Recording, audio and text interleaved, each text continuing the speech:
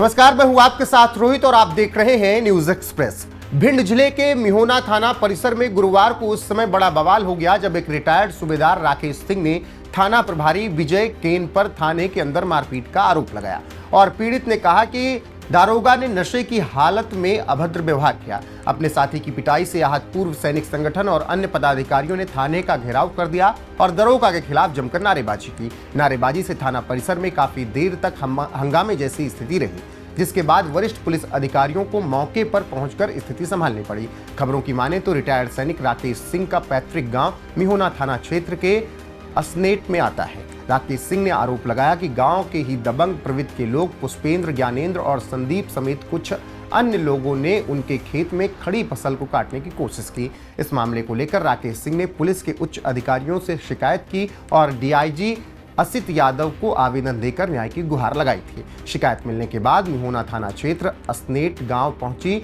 और मौके पर पहुंचकर खेत में हो रही फसल कटाई को रुकवाया। उसके बाद मामले को सुलझाने को लेकर दोनों पक्षों को थाने बुलाया गया ताकि समझौता हो सके। जब गुरुवार को रिटायर्ड सूबेदार राकेश सिंह अपने भाई के साथ थाने पहुंचे तो थाने में उनके साथ दारोगा ने गलत बर्ताव कर दिया। क्या हुआ था आपके साथ में, क्या मामला है?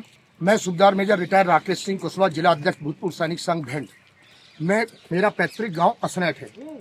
तो यहाँ पर मेरा एक खेत है 2 बीघा 3 विषय का, जो मेरे और मेरा भाई राजू इधर आओ, मेरा भाई, उनके दोनों के नाम है। हम उसको जोता, हमने बखरा उसको हमने बोया, हमने उसको सिंचाई हमने की और काट के इकट्ठा रख दी फसल। तो ये जो आपराधिक प्रवृत्ति के व्यक्ति हैं, राजेश सिंह, रोशन सिंह, ज्ञानेंद्र सिंह और इनका बेटा संदीप सिंह, चारों के चारों ये वही व्यक्ति हैं जिन्होंने पंचायत चुनाव में सिकरवार जी का सर फाड़ दिया था, मारा था, और इन पे कोई कार्रवाई नहीं थी। इनके हौसले बुलंद थे। इन्होंने कतर लिया।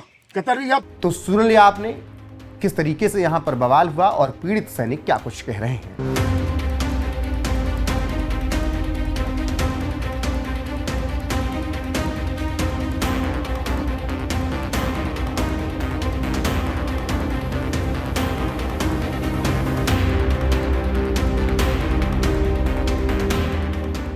राकेश सिंह का आरोप है कि जैसे ही वो टीआई के कक्ष में पहुंचे, थाना प्रभारी ने गाली गलौज शुरू कर दी और अचानक उनकी कॉलर पकड़कर मारपीट करने लगे। उन्होंने किसी तरह खुद को बचाया और कमरे से बाहर निकल आए और बाहर आकर सीधे अपनी कार में जाकर बैठ गए। रिटायर्ड सूबेदार का आरोप है कि इसके बाद भी पुलिसकर्मी नहीं रुके और उन्होंने उनकी कार को चारों तरफ से घेर लिया। कार से बाहर निकाल कर उनके साथ फिर मारपीट की गई। स्थिति बिगड़ती देख राकेश सिंह घबरा गए, किसी तरह थाने से निकल भागे। थाने से निकलने के बाद राकेश सिंह ने पूरे घटनाक्रम की जानकारी पूर्व सैनिक संगठन और अन्य पदाधिकारियों को दी। सूचना मिलते ही बड़ी संख्या में पूर्व सैनिक और संगठन से जुड़े लोग मिहोना थाने पहुंचे और टीआई विजय केन के खिलाफ कार्रवाई की मांग करते हुए थाने का घेराव कर दिया। वहीं इस पूरे मामले पर थाना अध्यक्ष विजय केन कुछ और ही कह रहे हैं, सुनिए उनका बयान। जमीनी विवाद है असनेट में, पारिवारिक, ठीक है। जमीन दोनों पक्ष अपनी बताते हैं। हमने कल पोस्ट भेजा था, हम पर सूचना आई थी तो हमने पोस्ट भेजा था। तो दोनों ही पक्ष अपनी ज़मीन बताते हैं, है ना, कि मेरी है मेरी। तो हमने ये बोला था इनसे, मैंने कहा यार इसका सीमांकन करवाओ, सीमांकन के बाद ही हम बता सकते हैं कि ज़मीन किसकी है, ठीक है। तो हमने थाने बुलवाया, मैंने अपने कागज़ लेके आओ, भूमि संबंधी दस्तावेज लेके आओ। तो ये बोले कि दोनों पक्ष के हम सर सुबह आएंगे। आज ये लोग आए थाने पर। तो राकेश नाम का एक व्यक्ति है जो फौजी बताता अपने आप को, उनने क्या किया कि यहाँ थाने पर जो लोग आए थे दूसरा पक्ष, उनकी मारपीट कर दी, बहुत मारा उनको।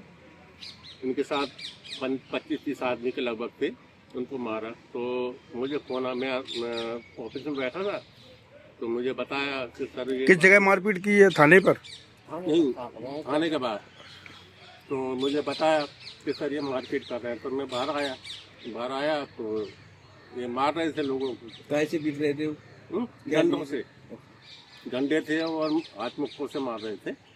तो मैंने इनसे कहा, मैंने कहा ये ठीक बात नहीं है, जो भी समस्या है तो हमें बताओ, हम निपटारा करेंगे उसका। तो जो फौजी था उसने मुझे धक्का दे दिया, ठीक है, कि तुम जानते नहीं मैं फौजी हूँ।